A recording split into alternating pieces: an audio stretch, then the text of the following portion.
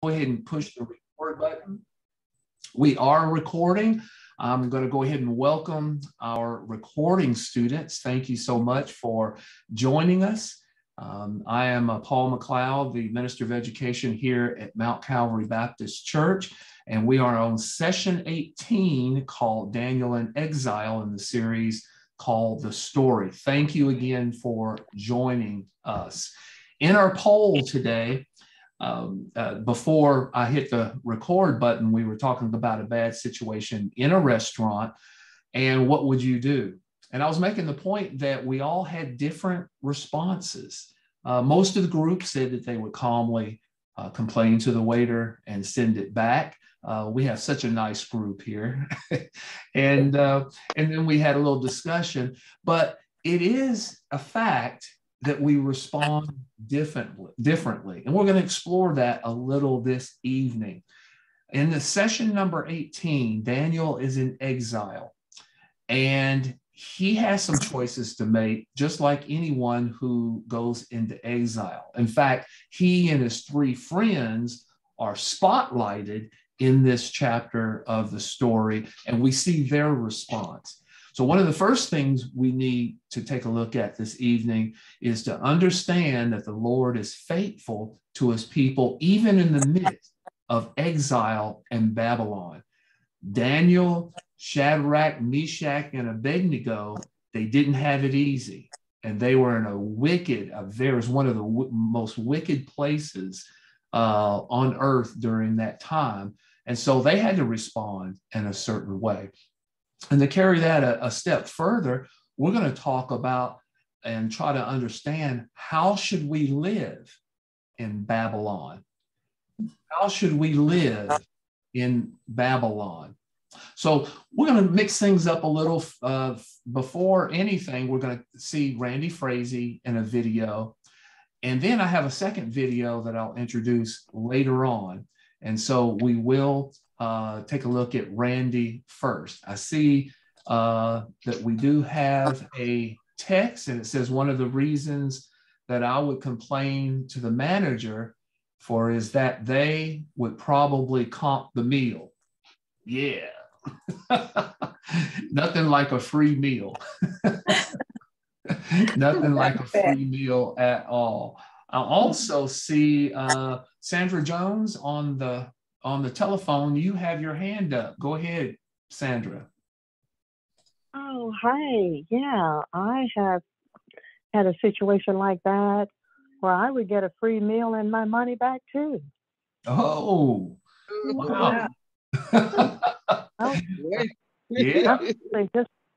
I would talk to the manager and let them know that I was not satisfied. It was just poor customer service, and I was reimbursed my money and got a free meal as well. Yeah. Okay. All right. Mm-hmm. You gave them another chance. Some people wouldn't give them another chance. Some people would. So, okay. Yeah. And it sounds like you would do it calmly. That's a good thing. I did. That's a good thing. I did because people make mistakes, but still we're paying for this. Right. This is what I ordered. This is what I'm paying for. This is what I paid for. I got it to go, and when I got home, it was not what I wanted. It was not what I ordered. Right. So they just compensated me very well. Said, well, just come back and we'll give you a free meal, plus we'll give you your money back. And it works for me. Good experience. So the response that you took was sounded like it was effective. So that's good. Let's turn to page 157 in our study guide. And at the bottom of the page, you see some blanks, you see some bullet points, and it does continue on the next page. So it's 157 and 158. Don't forget to turn the page. And you can use these as notes for Randy Frazee's video. So we'll go ahead and see what Randy has to say about Daniel in exile.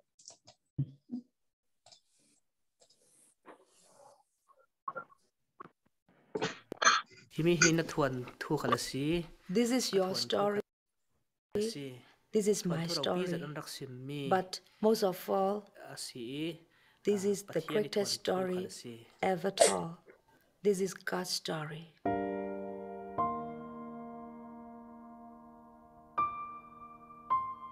Then the king ordered Ashpenaz, chief of his court officials, to bring into the king's service some of the Israel from the royal family and nobility, young men without any physical defect, handsome, showing aptitude for every kind of learning, well informed, quick to understand, and qualified to serve in the king's place. He was to teach them the language and literatures of Babylonians. They were to be trained for 3 years, and after that they were to enter the king's service. Among those who were chosen were some from Judah: Daniel, Hananiah, Mishael, and Azariah. The chief official gave them new names. To Daniel, the name Belteshazzar; to Hananiah, Shadrach; to Mishael, Meshach; and to Azariah, Abednego. At the end of the time, the chief official presented them to Nebuchadnezzar. The king talked with them, and he found none equal to Daniel, Hananiah, Mishael, and Azariah. So they entered the king's service. In every matter of wisdom and understanding, he found them 10 times better than all the magicians and enchanters in his whole kingdom.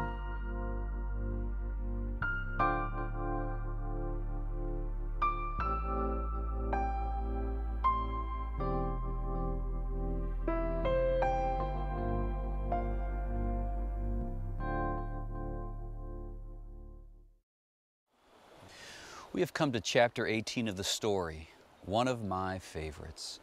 By God's sovereign choice, a young man named Daniel was forced to live in the space in between.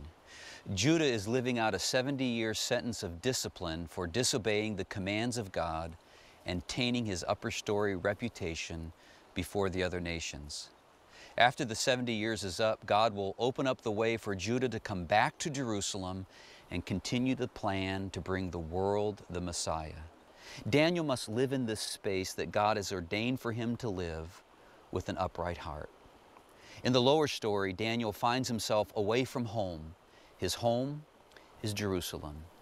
We learn in chapter 18 that the first group of people to be exiled are a group of young, elite men who are going to be trained as leaders in the ever-expanding pagan nation of Babylon.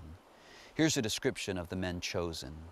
They are young men without any physical defect, handsome, showing aptitude for every kind of learning, well-informed, quick to understand, and qualified to serve in the king's palace. Daniel and his 3 friends, renamed Shadrach, Meshach, and Abednego, are chosen. They are likely teenagers around 16 to 18 years old. It must have been super tough for them to be stripped from their homes, their parents, at an age when most of us are thinking about driver's license and prom. As Daniel enters a 3-year-long officer's training program, he makes a resolve. I love the word resolve. Daniel resolved himself not to be defiled with the royal food and wine.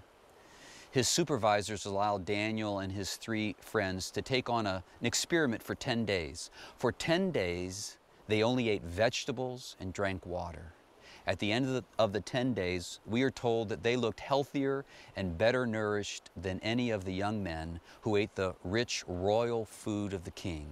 They ended up changing the diet of all the men to Daniel's vegetarian diet, which I'm sure made the men real happy. But it didn't stop with the diet. It bled over into other areas as well. Here's the report card we received on Daniel and his friends. In every matter of wisdom and understanding about which the king questioned them, he found them 10 times better than all the magicians and enchanters in his whole kingdom. Daniel is teaching us as we walk on foreign soil, we must be resolved not to become addicted to the diet of our culture. We often think that we can't get away with this, that this is not how it works in the real world. Daniel and his friends didn't think this way. As a matter of fact, they proved that just maybe the culture will start mimicking your lifestyle over theirs. Now fast forward. King Nebuchadnezzar of Babylon is arrogant, self-centered, and narcissistic. Not an uncommon thing in the secular world. Listen to this. He erects this 90-foot tall statue of none other than himself. Then he makes this decree. Anytime you hear music sounding, you are to stop in your tracks, bow down, and worship the statue. Anyone who fails to bow down will be thrown into a fiery furnace. Of course, Daniel and his friends refused to bow down to anyone but God. As office politics goes, there are some guys out to get Daniel and his friends, those goody two-shoes that cause them to eat broccoli and lettuce 3 times a day. So furious is the king that he turns up the heat on the furnace, making it 7 times hotter. Before the 3 men were thrown into the fire, they made this final declaration. If the God we serve is able to deliver us, then he will deliver us from the blazing furnace. But if he does not, we want you to know, your majesty, that we will not serve your gods or worship the image of gold you have set up. Now, where were these guys when they were looking for kings for Israel? Now listen to this. The 3 men fall into the furnace with hands bound. Nebuchadnezzar looks into the furnace, then he says, "Didn't we just throw 3 guys into the furnace?" "Yep," replies the subordinates. "Then why do I see 4 men walking around in the fire?" Not only are these 3 guys not consumed, there's a 4th guy with them just walking around. What are they doing? I see them high-fiving each other and doing chest bumps. Many scholars believe that the 4th person is none other than the pre-incarnate Jesus himself. One more story of the adventures of Daniel. Babylon has fallen to the Persian Empire. Now the new king of Persia is a guy named Darius, who really liked Daniel and promoted him to a significant position. Word gets out that the king is thinking of putting Daniel in charge of the whole kingdom. Who said you had to do wrong to rise? But as you can imagine, there are people who didn't like Daniel, who were jealous of his success. So they tried to set him up to fail. Here's how it reads in the story. At this, the administrators tried to find grounds for charges against Daniel and his conduct of governmental affairs, but they were unable to do so. They could find no corruption in him because he was trustworthy and neither corrupt nor negligent. Finally, these men said, "We will never find any basis for charges against this man Daniel unless it has something to do with the law of his God." Wow. How cool it would be if the only thing that people could pin on me was how deeply devoted I was to God. They go to the king and pull a fast one over on him and hit him where most leaders are weak. They stroke his ego. They have him sign a decree which couldn't be reversed that stated that anyone who prayed to any other god or man besides Darius during the next 30 days would be thrown into the lion's den. Darius agreed. Daniel got the paperwork on the deal, but it did not deter him in prayer to Yahweh 3 times a day with his windows open toward Jerusalem, his real home. Of course, Daniel is caught. The king is distraught that his little charade will cost Daniel his life, but there's nothing he could do about it. Daniel was thrown into a den of hungry lions and a huge rock was placed over the pit. In the morning, the king rushes to the pit to see if God saved him. And he did. Not a scratch on his body. In the lower story, the king throws me into a lion's den for not bowing down to him.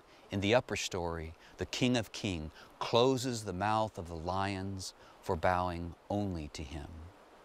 Here's the big deal. The way Daniel and his 3 friends lived their lives on foreign soil, secular territory, pointed people to God. Here is what Nebuchadnezzar said of Shadrach, Meshach, and Abednego. "Praise be to the God of Shadrach, Meshach, and Abednego, who has sent his angel and rescued his servants. They trusted in him and defied the king's command and were willing to give up their lives rather than serve or worship any god except their own God. Therefore I decree that the people of any nation or language who say anything against the God of Shadrach, Meshach, and Abednego be cut into pieces and their houses be turned into piles of rubble, for no other God can save in this way. Listen to what Darius said about Daniel after they pulled him out of the den. I issue a decree that in every part of my kingdom people must fear and revere the God of Daniel, for this is the living God, and he endures forever. His kingdom will not be destroyed. His dominion will never end. He rescues and he saves. He performs signs and wonders in the heavens and on the earth. He has rescued Daniel from the power of the lions. You know, we're really in the same position as Daniel, aren't we? In the lower story, Daniel finds himself away from home. His home is Jerusalem. In the upper story, we find ourselves away from home. Our home is the New Jerusalem. Therefore, as we walk on foreign soil, we must be resolved not to become addicted to the diet of our culture. In the lower story, the world may throw me into a den of lions or into a fiery furnace for not bowing down to them. But in the upper story, the King of Kings will stand with me and shut the mouth of the lions for only bowing to him. And if he doesn't save me, I have no regrets, following him with my whole heart. And if we are courageous enough to align our lives to the upper story of God in this way, we too will be responsible for pointing people to God. I love the way Peter puts it to us. Dear friends, I urge you as foreigners and exiles to abstain from sinful desires which wage war against your soul. Live such good lives among the pagans that though they accuse you of doing wrong, they may see your good deeds and glorify God on the day he visits us. Maybe we should all grab a piece of broccoli and a glass of water and ponder this just a little more.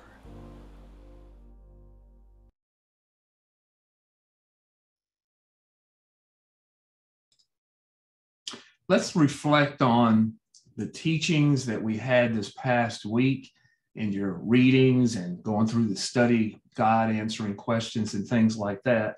And let's reflect by going to page 158, that last page you flipped over on your notes. And that first question says, what part of Randy's teaching encouraged or challenged you the most and why? Reflect for a few minutes on that. You can use those bullet points if you want, or maybe some notes that you took. But reflect for a minute, write down on page 158, question 1, what encouraged you or challenged you the most and why? Take a few minutes to do that and we'll come back and share.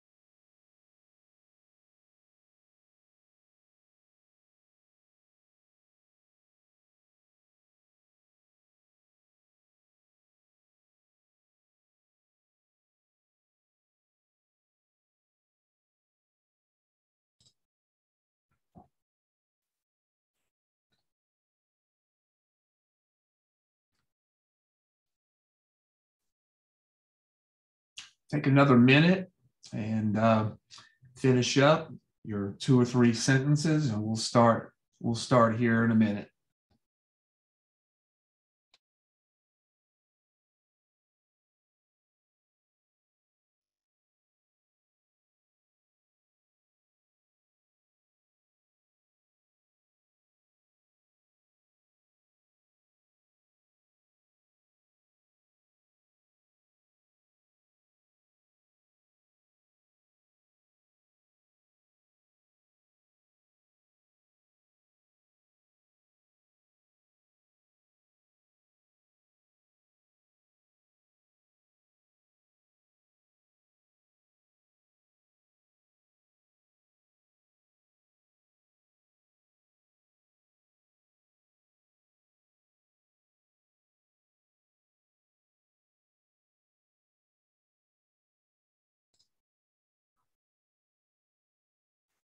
All right, we'll finish here in a few seconds. Go ahead and finish up your writing and your reflection and writing. We'll start here in just a second.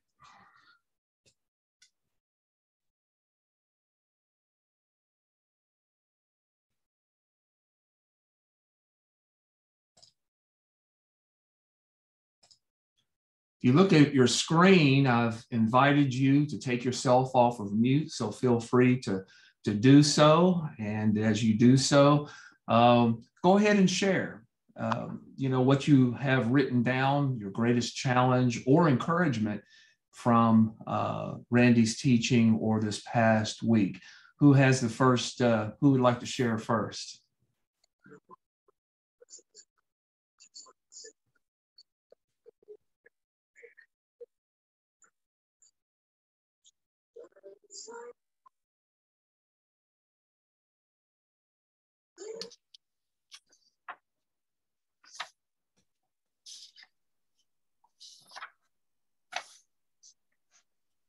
This is Orlinda. I was waiting for someone to go first. What happened to Mary? Wow, you just threw her under the bus. Go ahead, Orlinda. For me, it was Daniel. Nothing changed his devotion to God, even with the threat of death.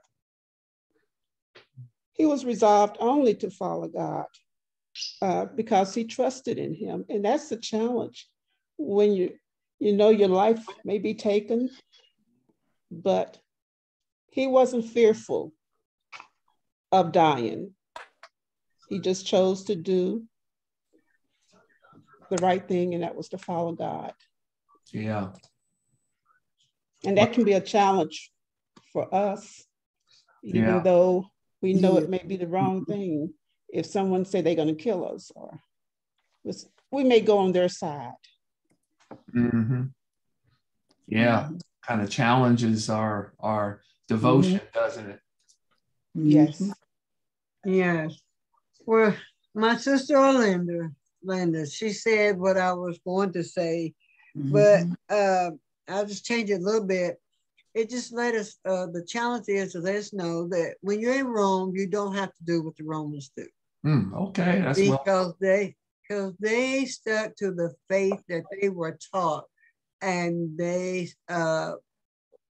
even from the food, the wine, and they held their integrity, and they would not bow.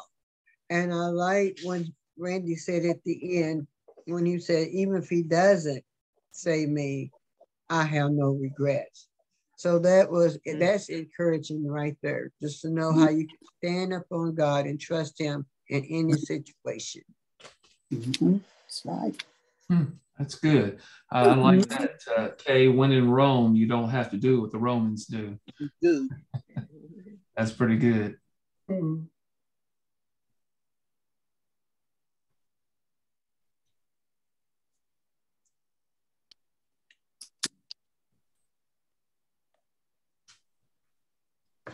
What I have learned in present day is that if God is pleased with my work, I shouldn't worry so much about what others think about me, because I'm being loyal to God and devoted to him.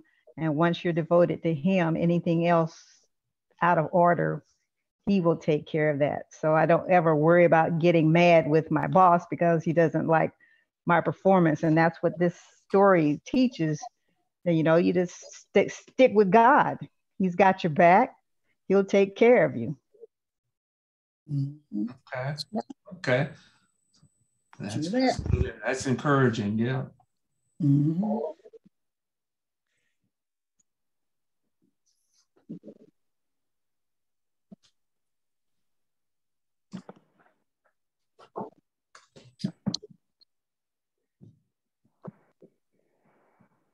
Anyone else? There's also the practical aspect of what. Okay, go ahead. Go ahead. Go ahead, Denise. There's the practical aspect of what Daniel and the other guys did. So it wasn't just limited to having belief in God. It was also by their actions. So they portrayed their belief in God through their actions. So it was how they participated at mealtime, their prayer life, their, I guess, their discipline of physical activity also. So they took care of the whole body. They had a wholesome approach to life, believing that God was the center of their lives. So that's an encouragement and a challenge also. Yeah. Yeah, kind of focusing on their response. Yeah, that's good.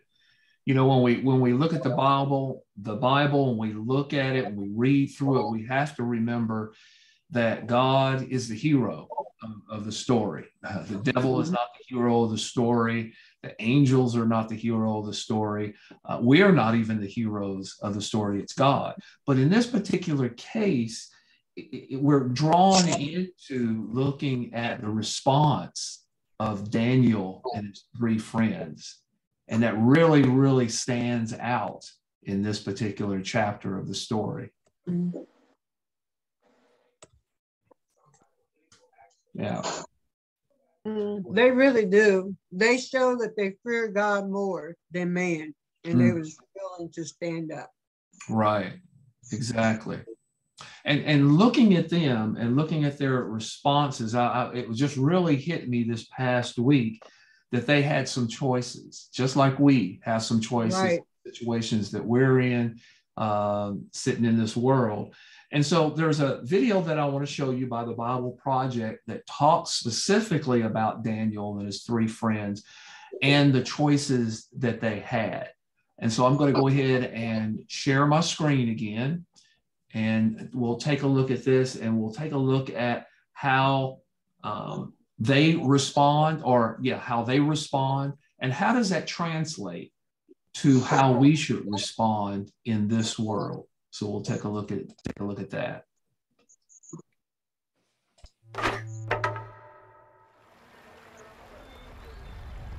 In the year 587 BC, the city of Jerusalem was attacked by the Babylonian Empire. And a year later, the city and the temple were plundered and burned.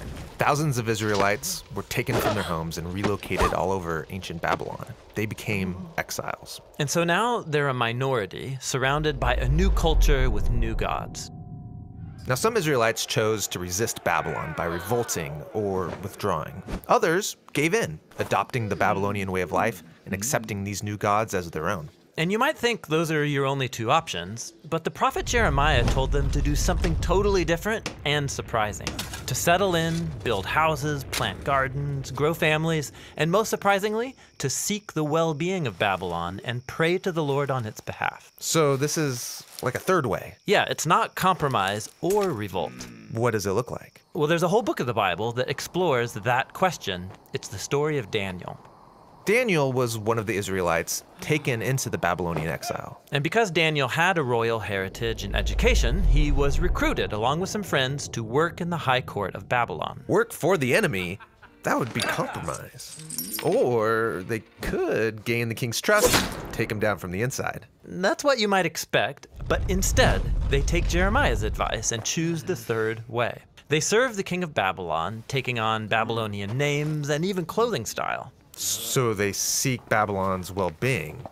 But in doing so, aren't they just giving up their heritage? It could seem that way, but actually they aren't. As you read on, the story focuses on moments where they draw the line, and they choose faithfulness to their God and resist the influence of Babylon. So, for example? Well, like when they're commanded to bow down to the idol of Babylon and give allegiance to the king as if he's a god. They won't go that far. Right. This is where you see their true loyalty. It requires them to critique Babylon's idolatry of power, its arrogance, its injustice, but they do it non-violently by laying down their lives. And so God vindicates Daniel and his friends for their faithfulness. So they would serve Babylon, seek its well-being, but their loyalty was always to God. Yeah, this is what Jeremiah was envisioning. The way of the exile is a combination of loyalty and also subversion. So they're still exiles, but don't Daniel and his friends long to go home? Yes. In fact, Daniel believed that God was going to send a ruler to bring down Babylon and create a true kingdom of peace. When did he think this ruler would come? Well, at first he thought within his lifetime, but then he had a dream where he found out that after Babylon would come another oppressive empire, then another, then another. And so Babylon did fall, and Israel did get to go back home, but now they're ruled by Babylon's successors. And so they maintained the mindset of an exile, waiting for their true home to come to them. And they continued the same practice of loyalty and subversion to any new versions of Babylon that came along.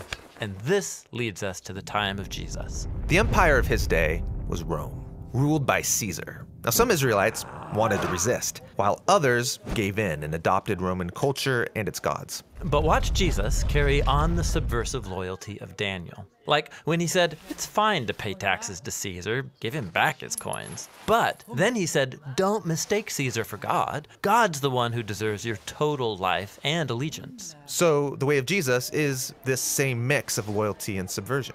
Yeah, like he taught his followers to love and even bless their enemies.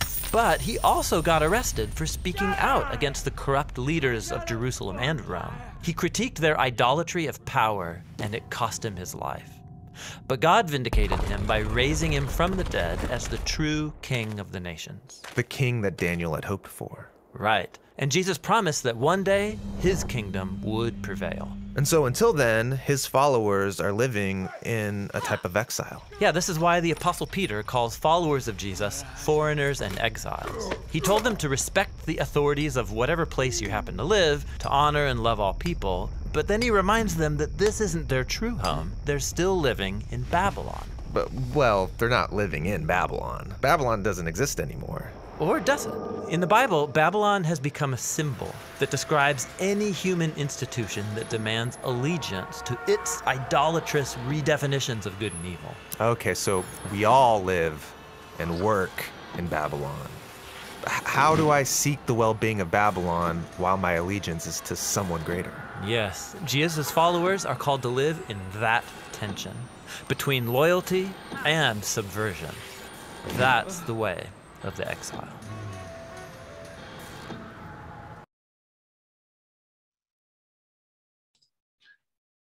And so as we study the Bible, we really start to understand who we are. We really start to understand the environment that we're in and how we're supposed to act.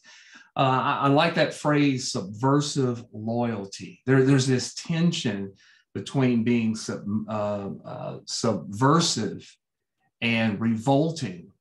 And and there's an extreme where we could just go along with the flow. We could accept, we could compromise, and we could just totally float downstream and worship everything that the world worships.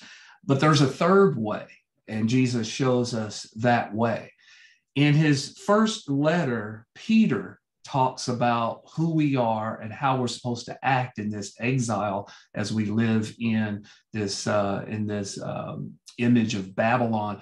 If you have your Bibles handy, let's turn over to 1 Peter 2, 11 and 12. 1 Peter, the 2nd chapter, and verses 11 and 12.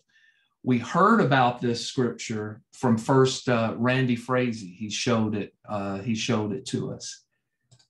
But I like us to go a step further, and it's great to understand how God delivered Daniel and his 3 friends.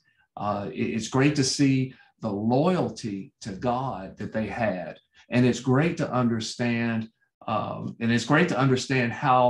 God is faithful to his people, even in the midst of exile in Babylon, and how he's tied to his promises, and he's keeping his promises, and how even today he keeps his promises. But on a very practical level, I want to take it a step further and really understand how are we to live in Babylon.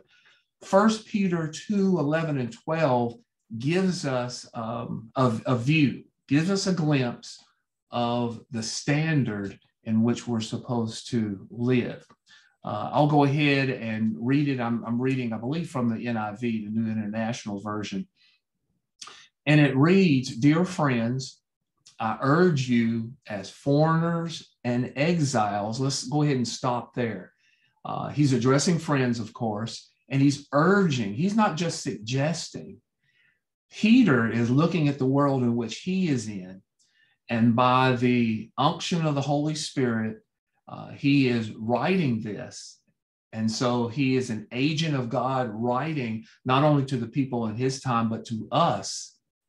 He's urging us as foreigners and exiles. He's calling us. There are a lot of metaphors for being a Christian in this world, but being a foreigner or an exile pops up in several places. And so part of our identity is that this is not our home. Part of our identity is that we are foreigners in this world, exiles in a foreign land. And so he's urging us to abstain from sinful desires, which, by the way, wage war against your soul. And he's urging us to live such good lives among the pagans that though they accuse you of doing wrong, they may see your good deeds and glorify God on the day he visits.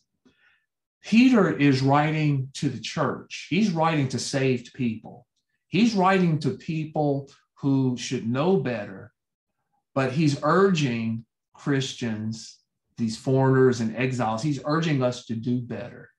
He's saying, hey, look, abstain from these sinful desires. That sounds like it's really kind of the root of the whole thing, those sinful desires. And by the way, which war against your soul. There's this war going on between these sinful desires and your soul who wants to do right in living for God. And then very practically, he says, hey, live such good lives among the pagans. In other words, live your lives so that it can be seen among the pagans. And by the way, notice that this standard is not for the pagans. We should not require or even expect pagans, unsaved people, to abstain from sinful desires. So when we see unsaved people in sexual immorality, when we see the lying, when we see the violence, it should affect us, and we should have compassion on people, but we shouldn't be very surprised because they have nothing to stand on to abstain from sinful desires. And we'll look at that here in a minute. And so we're to live such good lives among pagans that though they accuse you of doing wrong, notice it doesn't say if, it says, though they accuse you of doing wrong, they may see your good deeds. They should be visible, and they will glorify God on the day he visits us. The whole point of this is so that God will get the glory.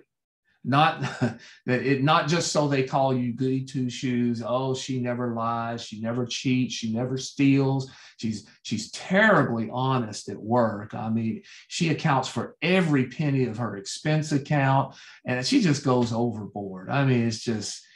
Or some people say, hey, that's really great. You know, she's a Christian, and you get a pat on the back, and you get maybe even a raise and acknowledged. But the whole idea is that they will see your good works and they will glorify God, so that we're not in the spotlight. God gets the spotlight. And that's why we do it. So that really is kind of the standard, but that, you know, and that's really good.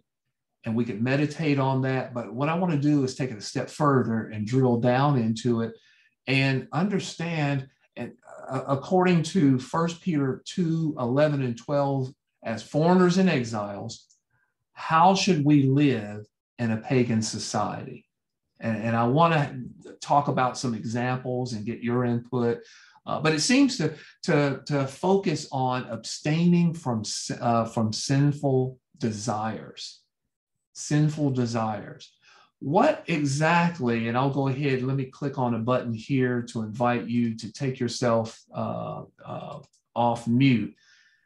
When we say sinful desires, what are we talking about here? I mean, let's get very practical and everyday. What are we talking about? What are some of the sinful desires that are out there in our culture in this Babylon?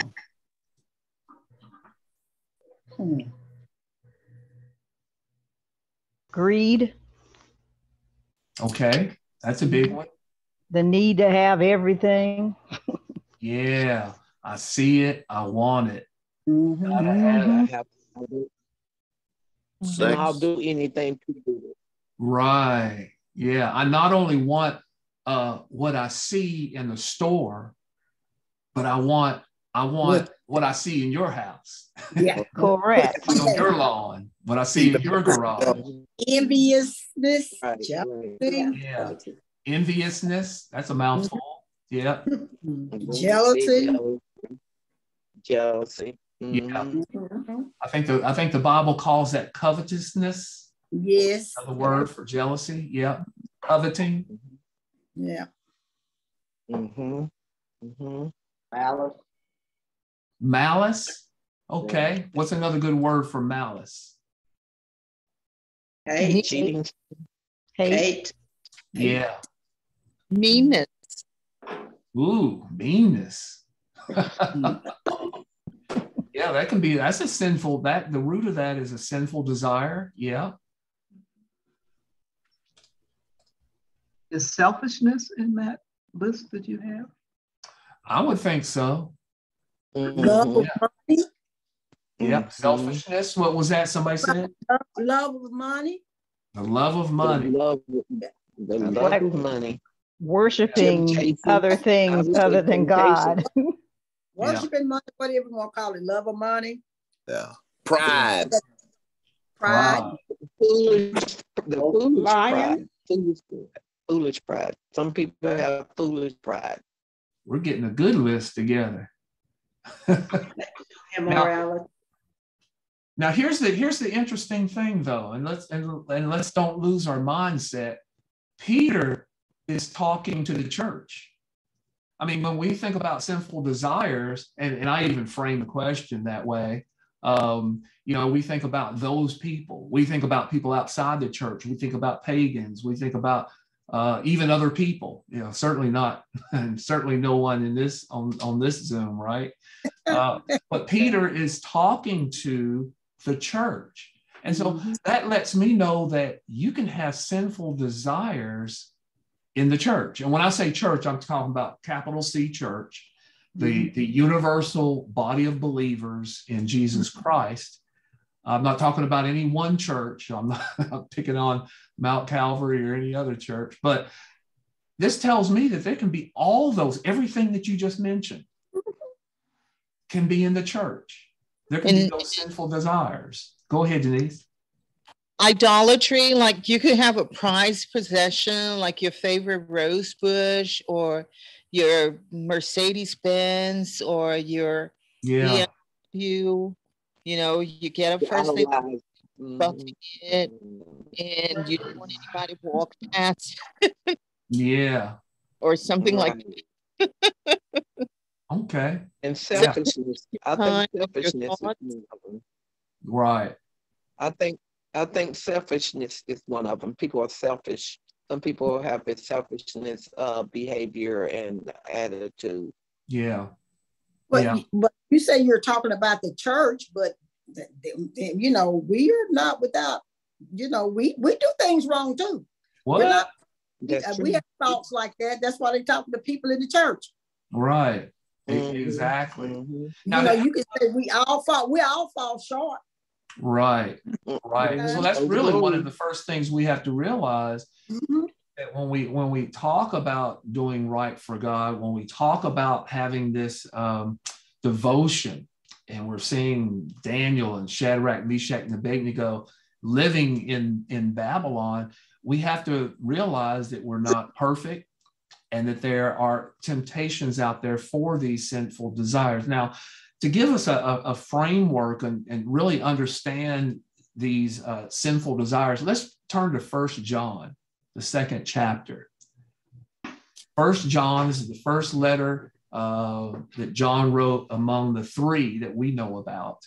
There are actually probably a couple of more, but we call this 1 John 2 and verses 15 to 17. 1 John 2, 15 to 17. And see how the Bible categorizes basically sin in general. John comes out and says right off the bat, do not love the world. We're kind of calling it Babylon right now. Or, and get this distinction, do not love the world or anything in the world. Anything this world produces. So you think about the world, you think of people, but anything in the world, these people that make things. So don't love anything that is made by this world. If anyone, and this is a stark contrast. Some people say that the world is mostly gray, and we live in this gray world of in between. This seems pretty stark to me. If anyone loves the world, love for the Father is not in them. For everything in the world, the lust of the flesh, the lust of the eyes, and the pride of life comes not from the Father, but from the world. The world and its desires pass away, but whoever does the will of God lives forever. And so Peter is saying, hey, look, don't look. There's the things of this world and anything in the world. And on the other side, there's God. Don't get the two confused. Go to God. Don't go to the world. And if anybody loves this world, you don't have the love of the Father in yourself. And then he defines everything in the world. And just about everything in the world, as far as Babylon is concerned, you can put into 3 categories: the lust of the flesh, the lust of the eyes, and the pride of life. You can almost categorize just about almost every sin in these categories. Are there more categories? Probably so. But isn't it interesting that a lot of the things that we've already said that's been mentioned is right here. The lust of the flesh. I did a little bit of research, and Clinton E. Arnold in the Zondervan Exegetical Commentary of the New Testament defines lust of the flesh this way. Or examples, gives these examples. I'm sorry, this is actually Karen Jobes. Karen Jobes actually wrote this article, and she gives these examples of lust of the flesh: gluttony, alcoholism, sexual immorality. These are the things that feed the flesh, how you feel. Mostly feelings, gluttony, getting all the food you can. You know, it makes me wonder, do we eat for nutrition, or do we eat for taste and entertainment? Makes me kind of think. A lot of what we put in our mouths are not necessarily nutritious, but it tastes good. It's got sugar, it's got salt, and it's got fat. And taken to the extreme, we get into gluttony. Alcoholism. Go ahead. Somebody said. And I was going to say, it's because of that gluttony that they had that fight in the Golden Corral in Pennsylvania. Oh, what happened to Golden Corral? I'm sorry. They had a fight in the Golden Corral. A fight. Oh, yes, yes. I heard something about a fight at Golden Corral. All the food you can eat, and there's a fight, over food. It's ridiculous. And then there's alcoholism, taken to the extreme. Alcohol can make you feel kind of good. Some people are mad drunks and bad drunks, but some people are mellow drunks and you feel good and escape your pain, escape your problems. But to the extreme, alcoholism is feeding the flesh. It's a lust of the flesh. Drugs. What? I'm sorry. Go ahead. Yeah. Right. What you're saying is anything in the excess. Is that what you're saying? Anything excessively, like it's of the world, definitely. Yes. Yeah, that's what I'm saying. That's what you're saying. It's the excess of the world. Yeah, and within this category specifically, those things that increase the feeling, our flesh, our sexual, our sinful nature. And then the last one is sexual immorality, any type of sex outside of marriage. And that's how the Bible defines sexual immorality. It feeds the flesh.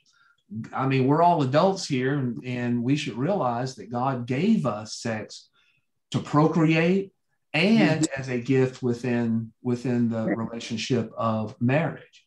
However, any gift can be abused. And that's what we see when we talk about the lust of the flesh in sexual immorality. So let's look at now lust of the eyes. Now, this is at first glance, when we say lust of the eyes, a lot of people, and as I talk to different people, a lot of people would jump into, oh, okay, you're talking about pornography. Actually, that is closer to lust of the flesh than it is lust of the eyes. When we say lust of the flesh and you look at the original language and how they use some of the words, we're really talking about a lot of greed. And that was mentioned earlier. The lust of the eyes. I see something, I want something. And Karen Jobes, again, she has a great commentary on 1st, 2nd, and 3rd John. She gives a definition of lust of the eyes or greed as the tendency to be captivated by the outward show of things without inquiring into their real values. So, hey, I see a shiny car. I don't care about its real value. Do I really need it? It gets me from point A. Car I have now gets me from point A to point B, but I want it. I've got to have it because it's an outward show. I'm captivated by its shininess and all the gadgets and things like that. Impressing other people with all your stuff you have. Right. Let me tell you something. I bought a pair. I love the color red. Me too. And bought me a pair of high heel red shoes. And I put them on and I was going to church and just a stepping. And I stepped in a crack and I didn't have a pair of extra shoes in my car, didn't have a slippers or anything. I had to go to church barefooted. But for 2 minutes walking in those shoes, it felt like glory. Oh, it felt like glory. I know. I'm close to the, what was that? Lust of the eyes or the flesh? Okay. Red shoes. Oh, I can just feel it. Brought a smile to your face. I think shopping addiction falls into that category, Paul. Oh, yes. You know, we women have to have 25 pairs of shoes. We've got to have black, we've got to have gray and blue and red and white and sandals and boots. And, you know, when you stop and think about it, you can't wear but one pair at a time. Right. You know? confusion. You don't know what to put on half the time. Yeah, you can't figure. You've got so much, you don't know what to do with it. Yeah, I You think got you to hit have on the something. shoes to match the purse, and the purse to match the hat, and the hat to match the outfit, and the underwear to match the outfit. So. Yeah, and unfortunately, shopping in excess can cause a lot of problems. It can cause problems in relationships. It can cause problems in the bank account. Oh, yeah. And it really is a sign of a larger problem of I see something, I want something, I've got to have it. And that could spill over to a lot of different areas, not only just for shoes. So yeah, that's a great example. And you watch that on the Hoarders show. That's what their main problem is on Hoarders. They see You're it, right. they want it, they're going to get it. They don't need it, but they want it. Right. Exactly. And it can Can't let it go. it can manifest itself from one generation to the next. If Right. I'm a parent and I'm buying in excess and my child sees me doing that, they're more prone to do that as they grow older. And it can be generational, and it can be devastating. Yeah, yeah, it can be. Yes. I felt real funny the other day. I was talking about how the cost of food has gone up, and I was, oh boy, after a while we're not gonna be able to eat. My grandson looked at me. He said, "Oh, mama, people like you don't have to worry about it because you take care of your money. You don't spend a whole lot of money like buying them Gucci bags and Gucci this and that." I said, "Well, thank you, son." Well, that's good. That's a good compliment. People should see that. Yeah. And he's the same way. He's careful with his money. Right. Very thrifty. Very thrifty. The last one, the pride of life. I remember a couple people have mentioned pride when we were, naming some things. And lastly, Karen Jodes in her commentary on 1st, 2nd, 3rd John, she defines pride of life like this. It's a little long, but I think she hits on something. She said, while pride is one's occupation in the material goods it provides, or pride about one's social status is common enough in every society, in context with the previous two phrases, John is more pointing to those whose security in their worldly things and wealth makes them so prideful as to overlook their need for and dependence on God. They do not realize that all they have that is not of God will pass away and be of no eternal value. No value at all. So we're pointing to those whose security in their worldly things and wealth makes them so prideful as to overlook their need for dependence on God. And notice there's not a socioeconomic status tied to this. You could have the pride of life and be dirt poor. And you can have the pride of life and have riches, so much riches you can't count it. So you could be poor and have your security. What would be an example of someone poor? Yeah, you could have you could be poor and have your security in worldly things to the point where you're spending your rent money on lotto. Oh, I got you. Because you see that your security is dependent upon you getting worldly things. If I can just hit this lotto, if I can just get me a few $1 million, then I'll be okay. Where is that person putting their security? In the lotto. Right. In worldly things, right? And so they stay up at night thinking about how much money they don't have and coming up with quick, rich, get rich quick schemes, which I call the lotto. And they're worried about that. The same as a rich person. Their security is on their worldly things. What does a rich person want? More riches. Money. Money. Right. And so they put their security, hey, I've got it made. I'll build my barn and put all my stuff in there, and I can sleep, drink, and be merry. And God calls that person a fool. Right. Money is your resource, but God is your source. That happiness. Go ahead. We had a couple people talking. I was just saying that money is your resource, but God is your source. Oh, that's pretty good. Money is a resource, but God is the source. Okay. Okay. So let's in the few minutes that we have, I'm gonna here's our challenge question is, have you been living? Now here's the question. How have you been living in Babylon? How have you been living in Babylon? And let me give you a couple categories. You noticed in the video that there were some responses. There were those who revolt. During Jesus's day, those were the zealots.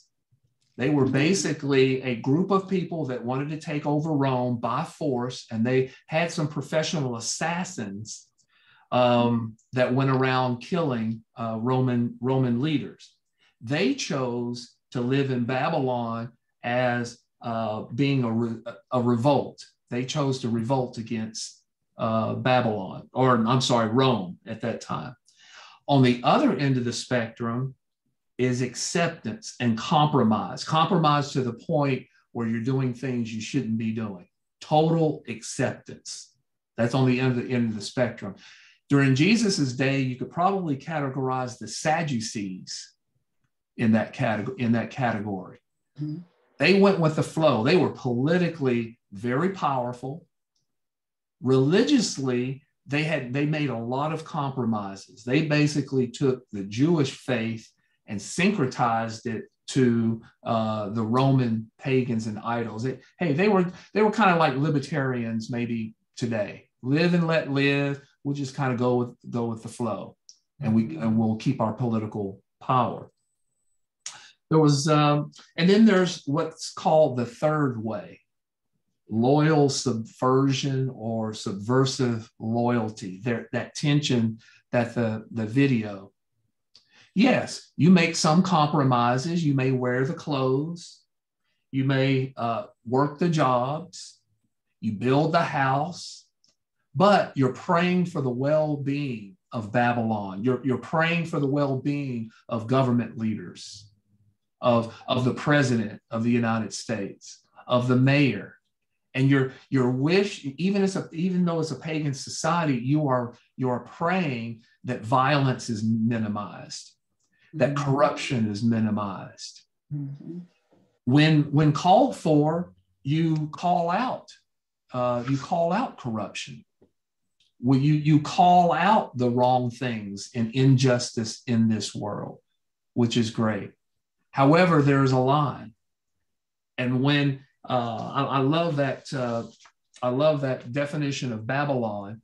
Any human institution that demands allegiance to its idolatrous human redefinition of good and evil.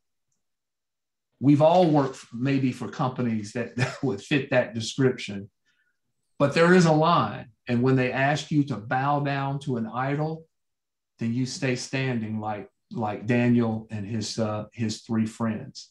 And so my challenge question to you as we wrap up is, how are you living in Babylon?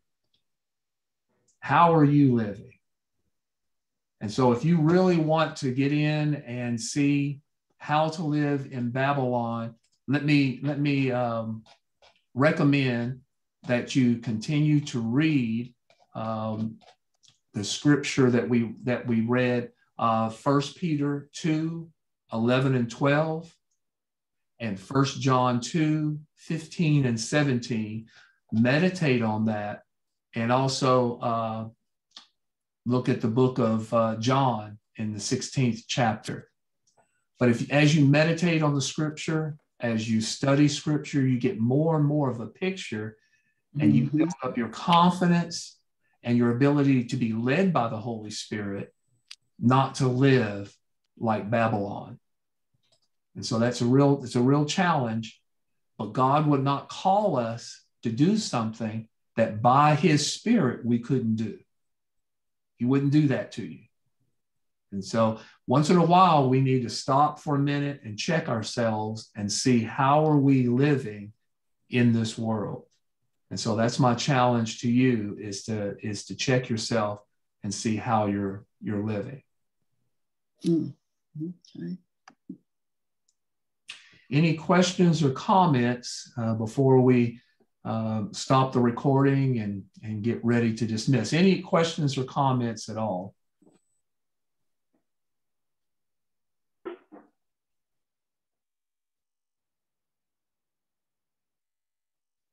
All right. Well, let me say goodbye to our recording students. Thank you so much for hanging in there with us, watching the videos, watching our discussion. You can certainly join us live if you'd like.